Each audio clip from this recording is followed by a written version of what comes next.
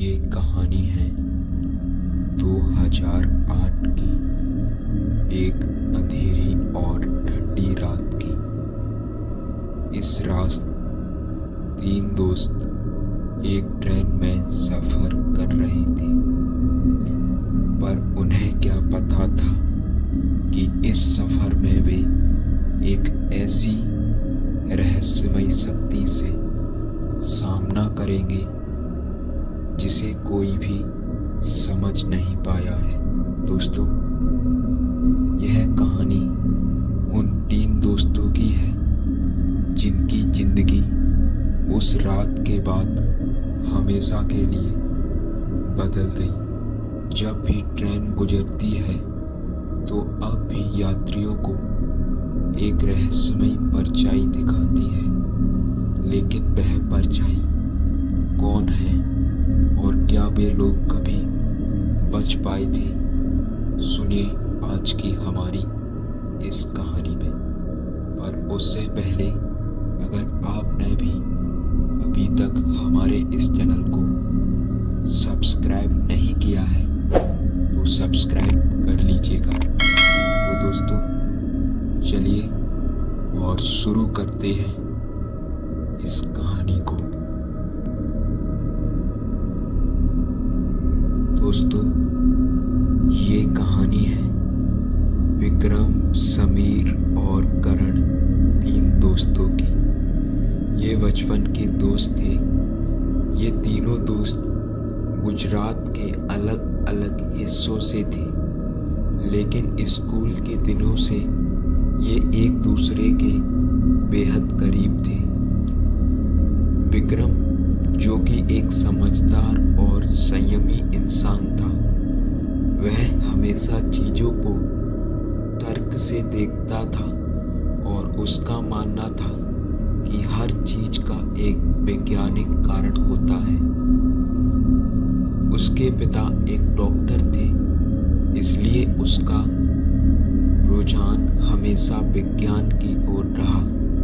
विक्रम के परिवार ने उसे जिम्मेदार और मजबूत बनाया था, लेकिन एक चीज ने उसे कभी चैन से नहीं रहने दिया, और वो है उसका डर। वह डर को कभी स्वीकार नहीं करता था, लेकिन गहराई में वह जानता था कि किसी अनजाने से डरता है। समीर, जो कि एक सोशीला और मजाकिया लड़का है, वो हर चीज को हल्के में लेता था। उसकी जिंदगी में कोई भी चिंता नहीं थी, बस मस्ती करना और दोस्तों के साथ समय बिताना, यही उसका रोज का काम था। समीर के परिवार की आर्थिक स्थिति अच्छी थी, इसलिए उसे जीवन की तमाम मुसीबतों से राहत मिली, लेकिन उसकी कमजोरी थी कि वो अंधविश्वास जैसे भूत, प्रेत, चुड़ैल और बुरी आत्माओं से बेहद डरता था। और तीसरा है रन। रन एक बेहद मेहनती और साहसी लड़का था। वह हमेशा चुनौतियों का सामना करने के लिए तैयार रहता था। उसके परिवार की पृष्ठभूमि साधारण थी, लेकिन कारण का मनोबल हमेशा ऊंचा रहता था। उसे डर से कोई भी फर्क नहीं पड़ता था। वह मानता था कि जीवन में डरने से कुछ हासिल नहीं होता है।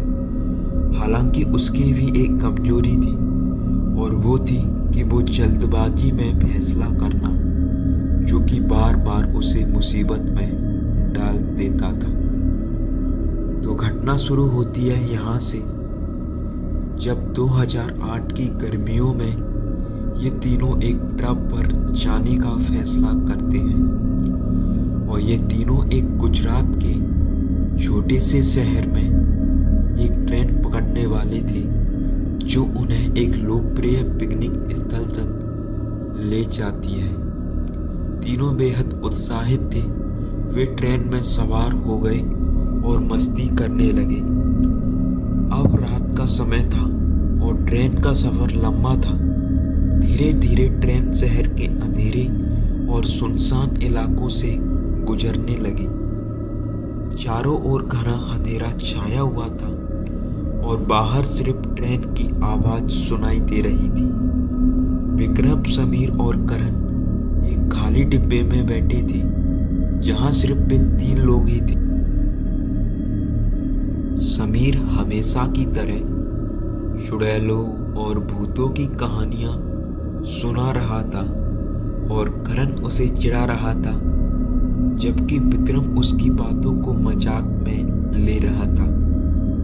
तभी ये तीनों अचानक क्या देखते हैं कि ट्रेन एक छोटे से स्टेशन पर रुकी जो बेहद सुनसान और वीरान था। वहाँ कोई यात्री ना था, ना ही कोई आवाज़। स्टेशन का नाम भी धुंधला था, जैसे किसी ने जानबूझकर उसे मिटाने की कोशिश की हो। और ये तीनों तभी एक औरत ट्रेन में चढ़ी और उसने सफ़ेद साड़ी पहनी हुई थी और उसके बाल बिखरे हुए थे। उसका चेहरा साफ तो नहीं दिख रहा था, लेकिन उसकी चाल अजीब सी थी और वो धीरे धीरे उन तीनों की तरफ देखा और एक खाली सीट पर बैठ गई। समीर को एक अजीब सा डर महसूस होने लगा। उसकी धड़कनें तेज हो गईं।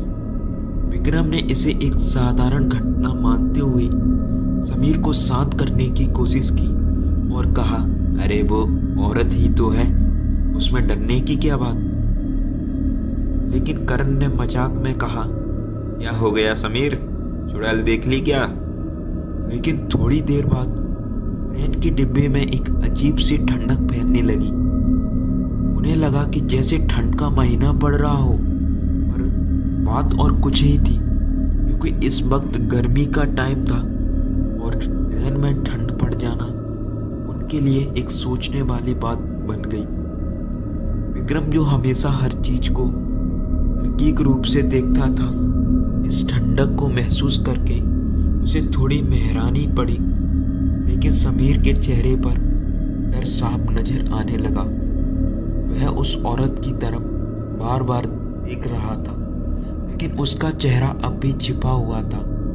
और अचानक ट्रेन की लाइटें कुछ पल के लिए झपकने लगी। इस दृश्य को देखने के लिए तीनों के मन में थोड़ा सा डर बैठ गया। उस छोटे से अंधेरे के बीच विक्रम ने देखा कि उस औरत का चेहरा अब उसकी तरफ था और उसका चेहरा विकृत था और डरावना था। उसकी आंखें सुर्ख लाल थी और इस घटना को देखकर विक्रम का दिल जोर से धड़कने लगा। करण, जो हमेशा खुद को निडर समझता था, उसने भी महसूस किया कि कुछ अजीब हो रहा है। उसने विक्रम और समीर को तुरंत खिड़की के पास आने के लिए कहा। तीनों घबराए हुए थे और खिड़की के पास खड़े हो गए और बाहर देखने लगे, लेकिन बाहर सिर्फ अंधेरा था। तभी समीर की घबराहट बढ़ने लगी और उसने कहा, हम उस स्टेशन पर क्यों रुके थे? वो औरत कौन है? हमें यहाँ से निकलना चाहिए। उसने हड़बड़ाते हुए ऐसा कहा। लेकिन अचानक उस औरत की सीट से एक बेहद खौफनाक आवाज आई। तीनों ने डर से उसकी तरफ देखा और वह औरत अब खड़ी हुई थी और धीरे धीरे उनकी तरफ बढ़ने लगी थी। विक्रम ने हिम्मत जुटाकर उसका सामना करने की कोशिश किया और कहा, कौन हो तुम और कौन, क्या चाहती हो हमसे? उसने ऐसा डरती हुई आवाज में पूछा। उस औरत ने कुछ नहीं कहा, बस उसकी हंसी और तेज हो गई थी और उसकी आंखों में खून उतर आया। वो इन तीनों को इतने गुस्से से देख रही थी जैसे कि इन तीनों से उसकी कोई पुरानी दुश्मनी हो। करण ने तुरंत ट्रेन की चेन खींची, लेकिन ट्रेन नहीं रुकी। समीर ने डर के मारे विक्रम को पकड़ा और चिल्लाने लगा, विक्रम ने हमें मारना नहीं है, ये चुड़ैल ही हमें छोड़ दे। चुड़ैल से कहा कि जाने दो, हमने आपका क्या बिगाड़ा है। लेकिन विक्रम अब भी यही यकीन में नहीं था कि ये कारण में ये उसके साथ क्या हो रहा है। कारण ने उसे खींचकर बाहर भागने का इशारा किया। तभी ट्रेन की लाइटें फिर से बंद हो गईं और चारों ओर घना अंधेरा छा गया। जब लाइटें वापस आईं तो उस औरत का कहीं कोई नामो निशान नहीं था और ट्रेन फिर से अपनी रफ्तार से चल रही थी। तीनों दोस्तों ने राहत की सांस ली, क्योंकि अब वो चुड़ैल उस ट्रेन से गायब हो चुकी थी। लेकिन क्या वह सच में चुड़ैल थी? समीर ने कांपते हुए विक्रम से पूछा। लेकिन विक्रम ने गहरी सांस लेते हुए कहा, मैं नहीं जानता, लेकिन कुछ तो अजीब जरूर था। तभी ट्रेन एक और सुनसान स्टेशन पर रुकी। जैसे ही दरवाजे खुले, बाहर एक बूढ़ा आदमी खड़ा था और उसने कहा, तुम लोग अब तक जिंदा हो? ये ट्रेन तो चुड़ैल की है, जो कभी किसी को जिंदा नहीं छोड़ती। फिर तुम तीनों कैसे जिंदा बचे?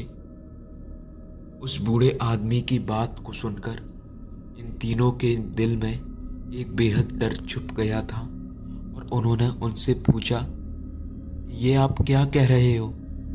जब उस बूढ़े आदमी ने उन तीनों को कहा कि तुम जिस ट्रेन में सफ़र कर रहे हो वो ट्रेन एक चुड़ैल के बस में है, और जो भी इस ट्रेन से सफ़र करता है उन लोगों का हमेशा हमेशा के लिए इस दुनिया से पत्ता कट जाता है। तीनों एक दूसरे की तरफ देख रहे थे और ट्रेन ने धीरे धीरे फिर से चलना शुरू किया। उनके पास और कोई भी सुझाव भी नहीं था। उन्हें मजबूरी में उस ट्रेन पर बैठना पड़ा और वो आखिरकार अपनी मंजिल पर पहुंच ही गए। पर उनके दिल में ये ट्रेन का सफ़र हमेशा के लिए बस गया और आज भी वो तीनों इस सफ़र को सोचकर इतना डरते हैं कि मानो कि वो कभी भी ट्रेन में बैठना पसंद नहीं करते। लेकिन आज भी लोग कहते हैं कि उस ट्रेन में सफ़र करने वाले यात्रियों को कभी कभी वो ही सफ़ेद साड़ी पहने औरत दिखाई देती है, और जो भी उस औरत को अपने रहस्यमयी ताकत से वाकिफ करता है, उन तीनों का, उन दोनों का भी, मतलब उन लोगों